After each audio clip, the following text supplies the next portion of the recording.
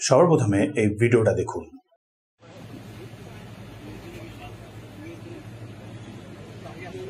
এই হলো US army.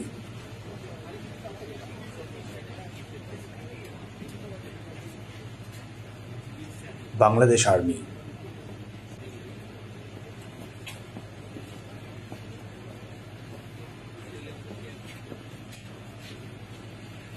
আর এই হলো আরাকান।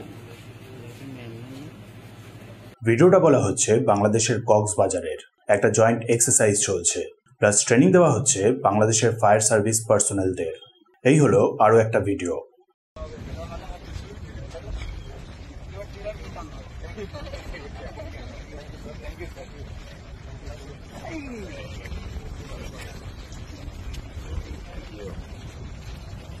লক্ষ্য করবেন এই কক্সবাজারের কাছেই হলো সেন্ট মার্টিনস আইল্যান্ড, সেই আইল্যান্ড যেটার ব্যাপারে বাংলাদেশের এক্স-পিএম শেখ হাসিনা বলেছিলেন। তার ইঙ্গিত অনুযায়ী এই সেন্ট মার্টিনস আইল্যান্ডটাকেই চেয়েছিল ইউএস, তিনি দিতে রাজি হননি। পরে তাকেই বাংলাদেশ থেকে সরে যেতে হয়। এবার সেটাই আইল্যান্ড না দেওয়ার জন্যই হয়েছে নাকি অন্য কোনো কারণে সেটা আলাদা ম্যাটার। বাট ব্যাপারটা হলো এই আইল্যান্ডটা হলো অ্যাকচুয়ালি কোরাল আইল্যান্ড। বেসটা ফ্র্যাজাইল, মানে সেরকম ঠোস না, প্লাস সাইজটা অনেকটাই ছোট। তাই কোনো নেভি বেস তৈরি করাটা হলো অনেকটা কঠিন। ইউএস এর ইনভলভমেন্টের অ্যাকচুয়াল কারণটা হলো মায়ানমার। মায়ানমারে বিগত কিছু সময় ধরে একটা সিভিল ওয়ার চলছে আর্মি জুন্তা আর আরাকান আর্মির মধ্যে। 2021-এ জুন্তা আর্মি টুক ওভার করে নেয় মায়ানমারকে, সেই সময়ের ইলেক্টেড গভর্নমেন্টকে সরিয়ে। চাইনিজ ইনফ্লুয়েন্স যার পর মায়ানমারে অনেকটা বেড়ে যায়, বাট ইউএস এই ডেভেলপমেন্টটাকে কোনোভাবে লাইক করেনি।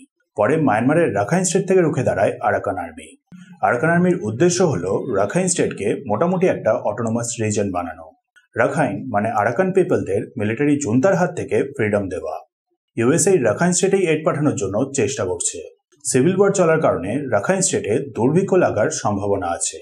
সাথে কথা চলছে কক্সবাজারে যে 1 মিলিয়ন মতন রোহিঙ্গা বাস করে তাদেরও যাতে রাখাইন স্টেটে ফেরত পাঠানো যায়, যে কারণে ইউএস আর ইউএন মিলে হেল্প পাঠাতে চায়। যার জন্য বাংলাদেশের কক্সবাজার হয়ে একটা করিডোর তৈরি করার চেষ্টা চলছে। বাংলাদেশের আর্মি চিফ এই করিডোরের ব্যাপারটাকেই 2 দিন আগে না করেছিলেন। তাছাড়া এখানে একটা বড়সড় জিওপলিটিক্যাল ব্যাপার আছে। মায়ানমারের মধ্যে থেকে তৈরি হচ্ছে CMEC corridor, China Myanmar economic corridor. ঠিক যেমন পাকিস্তানে সিপেক তৈরি হচ্ছে।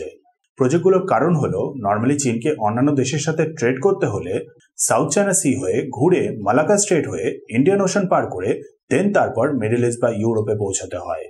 সেখানে এই প্রজেক্টগুলো কমপ্লিট হলে সোজা চীন থেকে হয় পাকিস্তান বা মায়ানমার, দেন তারপর মিডল ইস্ট হয়ে Europe. Possible choke point Malacca স্ট্রেটকে টোটালি বাইপাস করে ফেলা। বাট রাখাইন স্টেটে কারেন্ট ডেভেলপমেন্টগুলোর কারণে চীন সেখানে আটকে পড়েছে, ঠিক যেমনটা পাকিস্তানেও হচ্ছে বালুচিস্তানের কারণে। বুঝতেই পারছেন, ইনডাইরেক্টলি বলতে গেলে চায়না ভার্সেস আমেরিকা। কিন্তু এখানে ভারতেরও ক্ষতি হওয়ার ব্যাপার আছে। মায়ানমার থেকে যাচ্ছে ভারতের কালাদান প্রজেক্ট। কলকাতা থেকে সিরুট ধরে সেতুবে, দেন পালেতওয়া, দেন কালেতওয়া, দেন তারপর ভারতের নর্থ ইস্ট। বাংলাদেশের ওপর যেহেতু কোনো ভরসা নেই, তাই এটা একটা অল্টারনেট রুট নর্থ ইস্টে সাপ্লাইয়ের জন্য।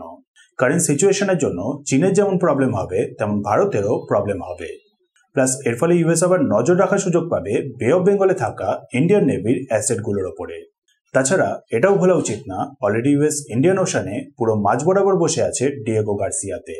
তার উপর রাখাইন স্টেটের কারণে চীনের যে লস হচ্ছে সেটাকে বাংলাদেশ আবার কম্পেনসেট করার চেষ্টা করছে শিলিগুড়ি করিডোর দিয়ে, চীনকে সোজা লালমনিরহাট এয়ার বেসে এনে, যাতে চীন শিলিগুড়ি করিডোরকে চোখ করে দিয়ে অরুণাচলকে নিয়ে নিতে পারে। আর বাংলাদেশ মেঘালয়, আগরতলা, ত্রিপুরাকে নিয়ে গ্রেটার বাংলাদেশের স্বপ্নটাকে পূরণ করতে পারে। বুঝতেই পারছেন, আলটিমেটলি ঘুরে ফিরে সেই ভারতেরই ক্ষতি। একদিকে কালাদান প্রজেক্ট আর অন্যদিকে শিলিগুড়ি করিডোর আর নর্থ ইস্ট। এমন অবস্থায় এটা যেহেতু ন্যাশনাল সিকিউরিটির ব্যাপার হয়ে দাঁড়াচ্ছে, তাই দেখবেন ভারত উল্টে বাংলাদেশেরই দুটো নেককে কেটে একদিকে এলিফেন্ট নেক বানাবে আর অন্যদিকে গ্রেটার ত্রিপুরা। ঠিক যে কথাটাকেই সিএম হেমন্ত বিসওয়া বলেছেন।